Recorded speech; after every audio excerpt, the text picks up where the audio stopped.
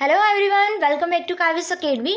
Here I will discuss Central University MSc Life Science 2019 paper solution. तो start करते हैं। Now यहाँ पे ये पार्ट फिफ्थ वीडियो है। इस पार्ट फिफ्थ के अंदर हम डिस्कस करेंगे पार्ट बी के 15 questions. Okay, means question number 86 to 100। इसी के साथ आपका सेंट्रल यूनिवर्सिटी का जो लाइफ साइंस का जो पेपर है वो कम्प्लीटली सॉल्व हो जाएगा। ओके, नाउ जो बाकी के जो पार्ट्स है like first, second, third and fourth, उसके अंदर हमने क्वेश्चन नंबर 1 to 85 तक डिस्कस कर लिया है। तो अगर आपने ये सारे पार्ट्स नहीं देखे देन प्ले लिस्ट में जाके इस सारे पार्ट्स को चेक कर सकते हो। ओके, नाउ तो स्टार्ट करते हैं। अगर आपने मेरे चैनल पे फर्स्ट टाइम विजिट किया है then please subscribe my channel. Now जो मेरी जो नेक्स्ट पार्ट होगा उसके अंदर हम 2018 की पेपर भी डिस्कस कर लेंगे। ओके, नाउ एंड जो आपका मेरी जो नेक्स्ट पार्ट होगा एक वीडियो बनाऊंगी जिसके अंदर मैं सेंट्रल यूनिवर्सिटी की जो आपके एग्ज़ाम का पैटर्न है उसकी डिस्कस करूंगी, सिलेबस एक्सेट्रा। तो उसके अंदर मैं आपको पेपर का PDF भी प्रोवाइड करा दूंगी, तो वो भी आपको जल्दी मिल जाएगा। Okay, now question number 86। The most popular and widely use engineer plasmid vector is, तो कौन सा होता है? दैट इज द PBR32, है ना, 322। सो ऑप्शन नंबर बी होता है आपका correct. Now question number 87। The virus mediate gene transfer using genetic modified bacteriophage is called, तो यहाँ पे हमें क्या करना है? वायरस मीडिएट जीन ट्रांसफर करना है। किसका यूज़ कर रहे हैं? बैक्टीरियोफेज की। आपको पता है कि ये बैक्टीरियोफेज है ना, ये बैक्टीरियोफेज, इसके अंदर जेनेटिक मटेरियल होता है और वो क्या करता है कि बैक्टीरिया के अंदर अपना जेनेटिक मटेरियल इंजेक्ट करता है। तो ये जो प्रोसेस होती है that is known as the transductions. Okay, तो वन बाय वन सारे प्रोसेस देखते हैं। सो ऑप्शन नंबर यहाँ पे होता है आपका सी करेक्ट। ओके, नाउ तो पहली चीज़ आती है आपका ट्रांसफॉर्मेशन दे रखा होगा ना, ये ट्रांसफॉर्मेशन है। ट्रांसफॉर्मेशन में क्या हो रहा है कि सेल लाइसिस हो रही है और फिर यहाँ पे प्लाज्मिड एंटर कर रहा है। ओके, मीन्स बैक्टीरियोफेज यूज़ नहीं आया तो इसलिए आपका यह इनकरेक्ट हो गया आंसर। नाउ सेकंड क्या दे रखा है? ट्रांसडक्शन। ट्रांसडक्शन में क्या हो रहा है? देखो यहाँ पे बाहर बैक्टीरियोफेज बैठा है। ओके, इसके अंदर यहाँ पे जेनेटिक मटेरियल होता है, DNA RNA जो भी, तो यहाँ से जीन यहाँ पे वो एंटर कर रहा है अंदर। तो इस कंडीशन में यहाँ पे इसका जेनेटिक मटेरियल एंटर कर रहा है, तो यहाँ पे ये ट्रांसडक्शन प्रोसेस हुई। ओके, बैक्टीरियोफेज की हेल्प से। तो यहाँ पे क्वेश्चन में यही दे रखा है, सो ऑप्शन नंबर आपका होता है सी करेक्ट। नाउ कॉन्जुगेशन देखो, कॉन्जुगेशन के अंदर क्या हो रहा है? दो बैक्टीरिया आपस में एक सेक्स पाइल्स के थ्रू अपना जेनेटिक मटेरियल ट्रांसफर करिए। एक एज ए फीमेल वर्क करेगी, एक एज अ मेल। ओके, और यहाँ से जेनेटिक मटेरियल ट्रांसफर हो रहा है। तो यहाँ पे ये जो प्रोसेस है ये आपका कॉन्जुगेशन होता है। यहाँ पे बैक्टीरियोफेज यूज नहीं आ रहा है, तो ये भी नहीं होगा। Now third is the transfection. Okay, B दे रखा है ट्रांसफेक्शन। अब ट्रांसफेक्शन में देखो क्या दे रखा है डायग्राम के अंदर, एक इलेक्ट्रिक शॉक दिया, इसके थ्रू बाहर से जो भी प्लाज्मिड है, जो भी जेनेटिक मटेरियल है वो उसको एंटर करवा दिया। ओके, तो ये जो चार प्रोसेस होती है तो नॉर्मल आपको पता होना चाहिए। वैसे ये BSc में है ना, 12th में भी अच्छे से पढ़ रखे हैं। नाउ तो रही बात आंसर की ट्रांसडक्शन। तो ट्रांसडक्शन क्या? Transduction is the process by which the foreign DNA is introduce into the cell. Okay, cell के अंदर क्या कर रहे हैं? फॉरेन DNA इंट्रोड्यूस कर रहे हैं। किसके थ्रू कर रहे हैं? By a virus. Okay, now so option number आपका होता है correct C. Now question number 88। Which of the following process is an exception of Mendel law, तो आपको पता है कि मेंडल्स के 3 लॉस होते हैं। ओके, तो यहाँ पे पूछा गया एक्सेप्शन, तो मेंडल की जो लॉ है उसका एक्सेप्शन कौन सा है? तो law of dominant, law of segregation, law of independent assortment, ये आपके मेंडल के 3 लॉज है। बट यहाँ पे जो लॉ ऑफ इंडिपेंडेंट असॉर्टमेंट है ना, जो मेंडल का आपका थर्ड लॉ है, लॉ ऑफ इंडिपेंडेंट असॉर्टमेंट, तो उसके अंदर वो क्या बोलता है कि जो दो डिफरेंट एलील इंडिपेंडेंटली ट्रांसफर करते हैं, मीन्स एक दूसरे पे डिपेंड नहीं होते हैं, है ना। लाइक आपका प्लांट की हाइट हुआ एंड प्लांट का सीड हुआ, ये दोनों आपस में मीन्स कोई इफेक्ट नहीं डालेंगे, दोनों इजीली ट्रांसफर हो जाएंगे। बट यहाँ पे इसका एक्सप्रेशन केस क्या है? लिंकेज। लिंकेज के अंदर क्या होता है कि देखो सपोज कर लो ये उसकी क्रोमोसोम है। ओके, या प्लांट की हाइट यहाँ पे थी, उसके जस्ट पास में अगर उसका प्लांट का सपोज कर लो सीड है। ओके, तो क्रॉसिंग ओवर होगी तो ये दोनों जीन साथ साथ जाएंगे और साथ साथ अपने कैरेक्टर को शो करेंगे, है ना। बट मेंडल ने क्या बोला कि वो इंडिपेंडेंट शो करता है। बट लिंकेज कंडीशन में क्या होता है कि दो जो जीन है वो साथ साथ में जाते हैं। ओके, तो इस कंडीशन में ये क्या हो गया? ये लॉ ऑफ इंडिपेंडेंट असॉर्टमेंट का क्या हो गया? एक्सेप्शन केस हो गया। ओके, सो यहाँ पे ये चीज़ मेंडल ने प्रूफ नहीं की थी. सो इस कंडीशन में law of independent assortment linkage का एक्सेप्शन है. Okay, so option number C होता है आपका correct. Now the exception of the law of independent assortment is linkage when a two gene or DNA is segment are located near to each other. दोनों कैसे है आपस में पास में on the same chromosome, एक ही क्रोमोसोम में.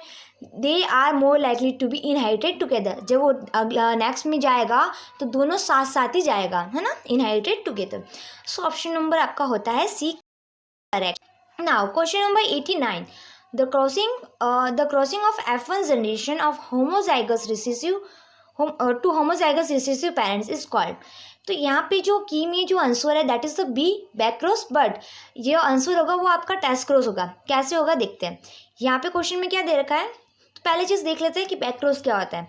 Back cross का means होता है कि जो F1 जनरेशन है ना, F1 जनरेशन आपको पता है कि जब हम करते हैं, है ना, इस कंडीशन में हमें जो गैमीन मिलते हैं दैट इज द ये मिलते हैं, है ना, हेट्रोजाइगोट कंडीशन मिलती है, capital T and small T. Okay ना, तो यहाँ पे F1 जनरेशन क्या है, टी. ओके, इसको हम क्रॉस करते हैं जो आपका पेरेंट है. पेरेंट या तो हेट्रोजाइगस या इसके साथ क्रॉस करा रहे हैं या फिर इसके साथ, दोनों में से किसी एक पेरेंट के साथ क्रॉस करा रहे हैं, तो इस कंडीशन को हम बोलते हैं बैक क्रॉस. ओके ना, तो बैक क्रॉस के भी क्या होते हैं कि बैक क्रॉस टू टाइप्स के होते हैं. बैक क्रॉस टू टाइप के होते हैं. एक होता है आपका आउट क्रॉस. आउट क्रॉस में क्या दे रखा है कि F1 जनरेशन मीन्स ये, है ना, ये क्रॉस हो रहा है वेट, ये आपका क्रॉस हो रहा है विद डोमिनेंट. ओके, यहाँ ऐसे, तो इस कंडीशन में डोमिनेंट के साथ क्रॉस हो रहा है, बट क्वेश्चन में क्या दे रखा है आपको, होमोजाइगस रिसेसिव के साथ. F1 generation cross to homozygous recessive parent, but यहाँ पे क्या है, यहाँ पे डोमिनेंट पेरेंट है, रिसेसिव पेरेंट्स नहीं है, इसलिए आउट क्रॉस होगा नहीं. ओके ना, फिर नेक्स्ट इसका जो पार्ट है टेस्ट क्रॉस के अंदर क्या दे रखा है देखो, F1 generation cross with recessive parent. देखो मिल रहा है, ये चीज़ मिल रही है, मीन्स इसका जो आंसर है that is the option number first होगा. Okay, test cross back cross का एक टाइप है टेस्ट क्रॉस. ओके, तो हम बैक क्रॉस भी इसका आंसर अगर क्वेश्चन में नहीं दे रखेंगे अपन. ओके, एंड दोनों आपका आंसर हो जाता है, बट जो मोस्ट अप्रोप्रिएट जो परफेक्ट डेफिनेशन बनती है वो आपकी टेस्ट क्रॉस की बनती है. सो मेरे हिसाब से यहाँ पे आंसर होगा that is the option number first. Okay, now question number 90 देखते हैं. A cross between two white flower variety of sweet pea. दो वाइट फ्लावर है ना, दो वाइट फ्लावर शेयर्स के बाद दोनों रिसेसिव है. ओके, वाइट फ्लावर है, क्रॉस कर रहा है एंड क्या प्रोड्यूस कर रहा है, पर्पल फ्लावर. कैसा, पर्पल फ्लावर प्रोड्यूस करे ड्यू टू. अब देखो दो रिसेसिव प्लांट, है ना, दो रिसेसिव प्लांट क्रॉस करके एक न्यू मीन्स न्यू कैरेक्टर को जनरेट कर रहा है. तो इस कंडीशन ही किसकी वजह से हो रही है, तो यहाँ पे क्या होता है कि पहले देखते कोडोमिनेंस. अब कोडोमिनेंस देखो, कोडोमिनेंस का मीन्स होता है कि दोनों कैरेक्टर साथ में सोना, है ना. लाइक ब्लड ग्रुप का लाइक एग्जाम्पल लेते हैं हम, ए ब्लड ग्रुप है और बी ब्लड ग्रुप है, और जब किसी पर्सन का ए बी ब्लड ग्रुप होता है मीन्स वहाँ पे ए भी अपना कैरेक्टर शो कर रहा है, बी भी अपना कैरेक्टर शो कर रहा है. तो इस कंडीशन में इस पर्सन का ब्लड ग्रुप कैसा हो गया, ए बी. तो ये भी कोडोमिनेंस का एग्जांपल है, मीन्स दोनों एलील्स अपने आप को दोनों डोमिनेंट शो करेंगे. ओके, तो उसको बोलते हैं हम कोडोमिनेंस. तो यहाँ पे दोनों ही अपने आप को शो नहीं कर रहे हैं, तो ये तो होगा नहीं. Now second is the epistasis. ये क्या होता है, एपिस्टेसिस में क्या होता है कि दो नॉट अलील्स जीन्स, है ना, मीन्स एक हो गया आपका कैरेक्टर लाइक एक फ्लावर का कलर हो गया, एक फ्लावर का आपका ऐसा वाला सीड का शेप हो गया, मीन्स दो डिफरेंट अलील है ना. ये दो डिफरेंट अलील अगर ये इसको सप्रेस करा, लाइक आप ऐसे सोचो कि कोई प्लांट का कलर है, ये सीड का शेप है, अगर ये अपना कैरेक्टर शो करेगा इस कंडीशन में, ये अपने इसकी कैरेक्टर को सप्रेस कर लेगा, तो इस टाइप की जो प्रॉपर्टी होती है, मीन्स एक अलील दूसरे अलील को सप्रेस कर रहा है, तो इस टाइप को बोलते हैं, किसको बोलते हैं, एपिस्टेसिस. ओके, नाउ तो इसमें डेफिनेशन दे रखे, interaction of gene that are not alleles. ऐसे जीन में इंट्रैक्शन जो नॉन अलील्स जीन से. Okay, in particular the separation of effect of one such as gene by another. एक दूसरे को क्या कर लेगा, सप्रेस कर लेगा. ओके, फिर वो अपना कैरेक्टर शो करेगा. तो यहाँ पे ऐसी कोई कंडीशन हो ही नहीं रही है, यहाँ पे दो फ्लावर है वो अलग ही फ्लावर बना रहा है ना, किसी एक को सप्रेस नहीं किया, ना किसी को एक को डोमिनेंट शो किया, तो ये भी होगा नहीं. नाउ थर्ड देखते हैं, थर्ड के अंदर क्या है, कॉम्प्लीमेंट्री जीन। कॉम्प्लीमेंट्री जीन्स क्या होता है, the complementary genes are present on a different genetic loci but interact with each other to express a single character in combination. यहाँ पे क्या दे रखा है, दो लोसाई में जीन प्रेजेंट है ना, अलील्स प्रेजेंट है सेम, और ये एक कुछ और ही न्यू कैरेक्टर का कॉम्बिनेशन करके कुछ न्यू कैरेक्टर को एक्सप्रेस कर रहा है, मीन्स कर रहा है ना, देखो वाइट है एंड यहाँ पे पर्पल कलर प्रोड्यूस हो रहा है ना इनसे। So they are both together produce a particular phenotype, दोनों साथ मिलके एक अलग से पर्टिकुलर फिनोटाइप का प्रोड्यूस करते हैं, तो इस टाइप की कंडीशन को हम बोलते हैं, इस टाइप की जीन को हम बोलते हैं complementary gene. So option number आपका जो दे रखा है कंडीशन वो होता है आपका C correct. Okay, now question number D, supplementary gene. Supplementary gene में क्या होता है कि यहाँ पे दो है, ओके, दो अलग अलग कैरेक्टर है, okay, two independent pair of dominant interact in such a way that एक क्या करेगा, एक अपना कैरेक्टर शो करेगा, दूसरा अपना कैरेक्टर शो नहीं करेगा, मीन्स दोनों डोमिनेंट है और आपस में क्रॉस करते हैं, एक अपना शो करता है और एक अपना कैरेक्टर शो नहीं करता है। ओके, सो इसको हम बोलते हैं सप्लीमेंट्री जीन। सो यहाँ पे जो कंडीशन देखिए उसके अकॉर्डिंग आपका ऑप्शन नंबर सी होता है आपका correct. Okay, now harmful mutation do not get eliminated from the gene pool because, तो यहाँ पे जीन पूल आपको पता है कि नंबर ऑफ अलेल्स कितने हैं ना, उसको जीन पूल बोलते हैं। लाइक आपका कितनी ये ऐसी कंडीशन कितनी है, इतनी ये कंडीशन कितनी है ना, और ये कंडीशन कितनी है, तो इस टाइप की टोटल नंबर गिनते हैं हम, उसको बोलते हैं जीन पूल। तो यहाँ पे जीन पूल में हार्मफुल म्यूटेशन हो रहा है बट फिर भी एलिमिनेट नहीं हो रहा है, तो इस कंडीशन में या तो वो जीन रिसेसिव होगा, है ना, रिसेसिव किसके अंदर होगा, हेट्रोजाइगस कंडीशन के अंदर, है ना, तो so they are the recessive and carry by heterozygous induces, किसके थ्रू कैरी हो रहा है, हेट्रोजाइगस कंडीशन में हेट्रोजाइगस इंड्यूसेस के थ्रू कैरी हो रहा है, क्योंकि हेट्रोजाइगस है मीन्स जो डोमिनेंट होगा वो शो होगा, और जो रिसेसिव है, जो लेथल जीन रिसेसिव वो उसका कैरेक्टर शो नहीं होगा। सो ऑप्शन नंबर आपका होता है C correct. Which increased frequency of mutation in other gene is called, gene which increased frequency of mutation in other gene is called, that is the mutator gene. Okay, so option number B होता है आपका correct. Now in order to maintain link the distance between two genes should not increase beyond, अब यहाँ पे आपको linkage का concept के अंदर क्या होता है कि क्रोमोसोम है, क्रोमोसोम में दो डिफरेंट अलील्स मीन्स दो डिफरेंट जीन है, वो आपस में अगर इसकी डिस्टेंस 40 मैप तक हुई तब तक तो वो क्रॉस कर लेगा, अगर उससे थोड़ी ज़्यादा हुई तो वो क्रॉसिंग ओवर में, मीन्स देखो ये आपका क्रोमोसोम है, ओके, और ये आपका क्रोमोसोम है, ये जब क्रॉस कर रहे हैं, अगर ये पास में था 40 की डिस्टेंस में था तो ये साथ साथ आगे चांस हो गया, बट अगर इससे थोड़ा सा 40 से ज़्यादा मीन्स एक यहाँ पे और एक यहाँ पे मान लो, है ना, एक यहाँ पे मान लो, तो इस कंडीशन में क्रॉसिंग ओवर होगा तो ये थोड़ा ना आएगा इसके अंदर, तो ये चीज़ होती है कि इसका एक डिस्टेंस होता है ना लिंकेज का, मीन्स पास में जीन है कितना होना चाहिए, 40 मैप यूनिट होना चाहिए। Okay, now question number 94, gene seer are. तो जो साइंटिस्ट थे उन्होंने क्या किया, एक आरएनए मॉलिक्यूल्स को डिज़ाइन किया, उसको जीन सीयर बोलते हैं। तो जीन सीयर क्या है, that is the piece of mRNA. So option number आपका होता है C correct.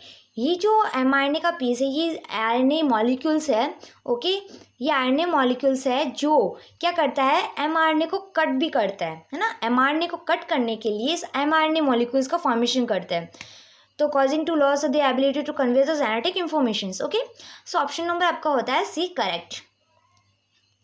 Now question number 96, cistron is, तो सिस्ट्रॉन बहुत बेसिक क्वेश्चन है ना, 12th से पढ़ते आ रहे हैं, सिस्ट्रॉन क्या, that is the functional unit of DNA.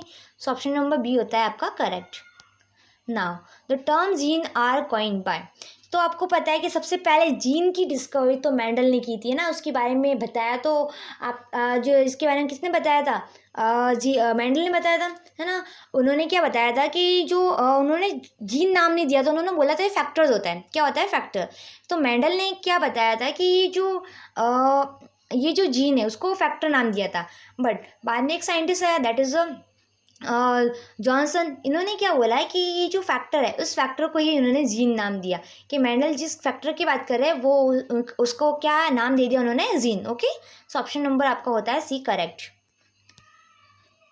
Now specialised transduction in bacteria is needed transductions. Okay, तो स्पेशलाइज्ड ट्रांसडक्शन किसके थ्रू मीडिएट होता है, from the lysogenic phage. Okay, so option number एक होता है जनरलाइज ट्रांसडक्शन, एक होता है स्पेशलाइज्ड ट्रांसडक्शन, से ना ध्यान रखना।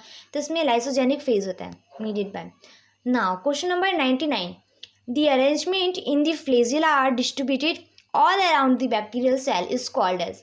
तो ये क्वेश्चन बहुत बहुत ज़्यादा रिपीटेटिव है, मीन्स बहुत सी एग्जाम में पूछा जाता है ना, तो इनके मीन्स कैसे भी करके घुमा फिरा के पूछा जाता है। यहाँ पे क्या दे रखा है कि जो बैक्टीरिया की जो फ्लैजिला है वो ऑल अराउंड मीन्स चारों ओर है। चारों ओर को कहाँ दिख रहा है, देखो पहले के अंदर मोनोट्राइकस के अंदर एक ही फ्लैजिला दिख रहा है ना, लोपोफाइक ट्राइकस के अंदर बहुत सारी फ्लैजिला है बट एक ही डायरेक्शन में। नाउ थर्ड क्या है, पेरिट्राइकस। पेरिट्राइकस में क्या होता है, उसकी चारों ओर, कैसे चारों ओर फ्लैजिला होता है, that is the peritrichous. And fourth में क्या देखा है, एम्फीट्राइकस। इसमें क्या होता है कि दो फ्लैजिला होते हैं, एक ऑपोजिट, दोनों ऑपोजिट डायरेक्शन में। क्वेश्चन में क्या दे रखा है, all around the bacteria, flagella कहाँ है, पूरे चारों ओर है, तो यहाँ पे कौन सा आंसर होगा, चारों ओर कहाँ पे दिख रहा है, इन दी पेरिट्राइकस। ओके, सो पेरिट्राइकस को बोलते हैं हम, पेरिट्राइकस के अंदर जो फ्लैजिला होता है वो चारों ओर होता है, इस कंडीशन को हम पेरिट्राइकस बोलते हैं। सो ऑप्शन नंबर ए होता है आपका करेक्ट। ना ये क्वेश्चंस अगेन अच्छे से ध्यान से देख लेना है ना, क्योंकि कभी कभी एग्जाम में पेरिट्राइकस पूछ लेते हैं, किसी में मोनोट्राइकस, किसी में लोफोट्राइकस, और इनके भी कुछ सेकंड नेम भी होते हैं ना, वो भी आप सर्च करके देख लेना। इनके भी किसी को और भी नाम से जाना जाता है, तो ये भी चीज़ आप देख लेना।